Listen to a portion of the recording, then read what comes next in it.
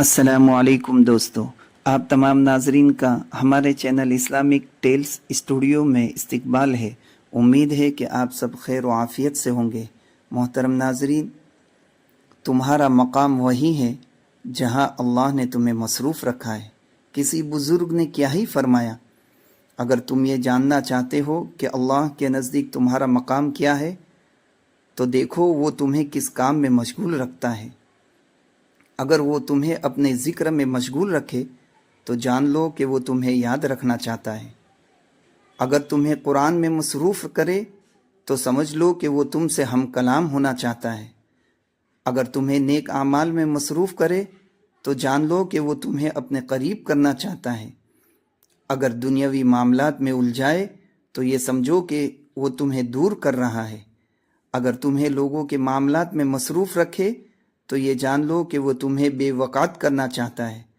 अगर तुम दुआ में मशगूल रहो तो यकीन करो कि वो तुम्हें नवाजना चाहता है। अगर तुम फ़ायदामंद इल्म में मसरूफ़ हो तो वो चाहता है कि तुम उसकी मारिफत हासिल करो।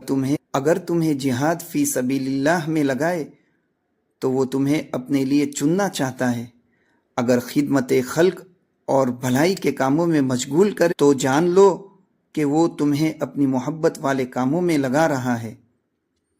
और अगर तुम्हें गैर ज़रूरी कामों में मसरूफ़ करे तो समझो कि तुम्हें अपनी मोहब्बत से निकाल रहा है।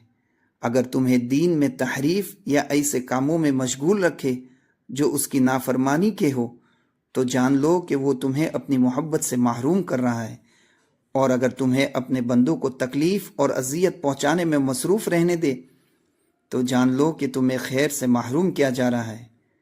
लिहाजा अपने अपने हाल पर गौर करो कि तुम किस काम में मशगूल हो, क्योंकि तुम्हारा मकाम वही है जहां अल्लाह ने तुम्हें मसरूफ़ रखा है। मोहतरम नाजरीन, इसी किस्म की गुफ्तगू और वाक़ियात सुनने के लिए आज ही हमारे यूट्यूब चैनल को सब्सक्राइब और लाइक ज़रूर करें। शुक्रिया फ़ी अमानिल्लाह।